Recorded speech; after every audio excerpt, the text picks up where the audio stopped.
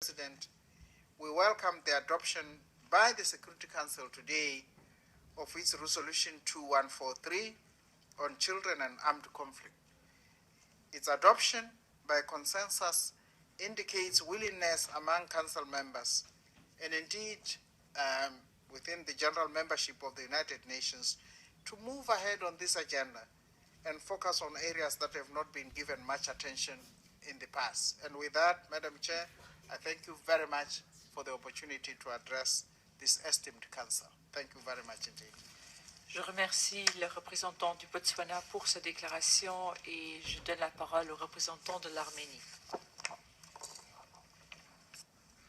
Madame la Présidente, permettez-moi de commencer par vous dire combien nous sommes heureux de voir le Luxembourg présider le Conseil de sécurité et exprimer notre gratitude pour l'organisation de ce débat ouvert sur une grande question de grande importance pour les Nations Unies et les États membres.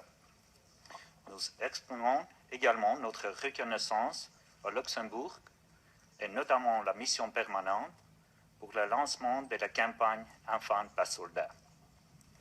My delegation would also like to thank UN Secretary General Ban Ki-moon, Mr. Anthony Lake, UNICEF Executive Director, Ms. Leila Zarougi, Special Representative of the Secretary General for Children and Armed Conflict, for their briefings delivered earlier today. Madam President, in recent years, evolving character of armed conflicts is creating unprecedented threats to children. They have become more vulnerable, in particular due to new tactics, warfare, the absence of clear battlefields, the increasing number and diversification of parties to conflict that add to the complexity of conflicts, and the deliberate targeting of safe havens such as hospitals and schools. Conflict deprives children of their parents, caregivers, basic social services, healthcare, and education. Civilians, including child soldiers, should be spared towards devastation, and no civilian loss should be forgotten or overlooked. Madam President, there was no outright ban of child soldiers under international law up to fairly recent time. The additional Protocol 1, 1977 of the Geneva Convention and the Convention of the Right of the Child both prohibit states from recruiting soldiers under the age of 15. But there was no prohibition against children choosing to fight in conflict. The situation changed from the year 2000 and onward, when the United Nations authorized a special tribunal to prosecute those with the greater responsibility for violations of international humanitarian law, including the use of child soldiers. Compliance with international human rights and humanitarian law, with their emphasis on special protection for children, remains the key to preventing grave violations against children. In this respect, in 2005, Armenia ratified the optional protocol to the Convention of the Rights of the Child on the involvement of children in armed conflict and strongly supports the activities of the committee and the wider United Nations systems in this regard. However, it's regrettable that notwithstanding with the fact that the legal regulation of the rights of children and their involvement in armed conflicts has been significantly strengthened and firmed, extensive use of child soldiers in armed conflicts still continues to take place. Children in conflict are separated from their families, are forced to kill, and experience violence and abuse. Ending impunity for grave violations against children is crucial. Recruiting child soldiers constitutes a war crime, and such perpetrators must be held accountable.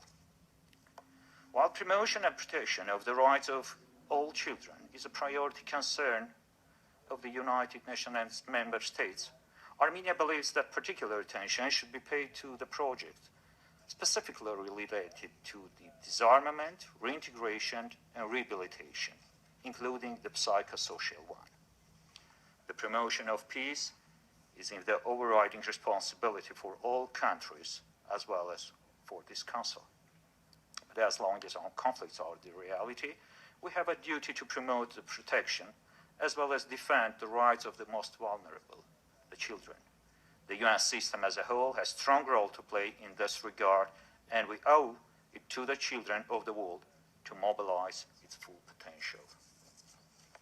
In conclusion, Madam President, let me commend the efforts of the Office of the Special Representative for Children and Armed Conflict. The office does an impressive work in raising awareness and mobilizing staunch support for the protection of children affected by armed conflict.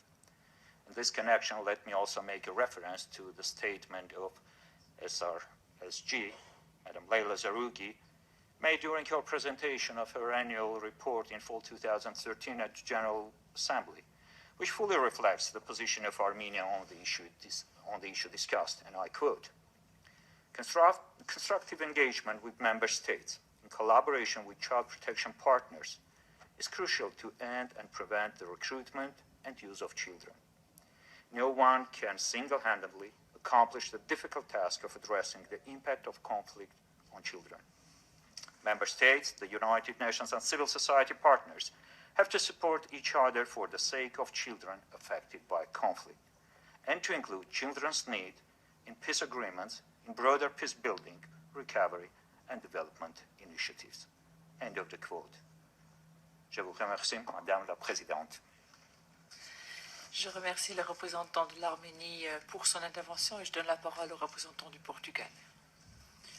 Thank you, Madam President. First of all, I would like to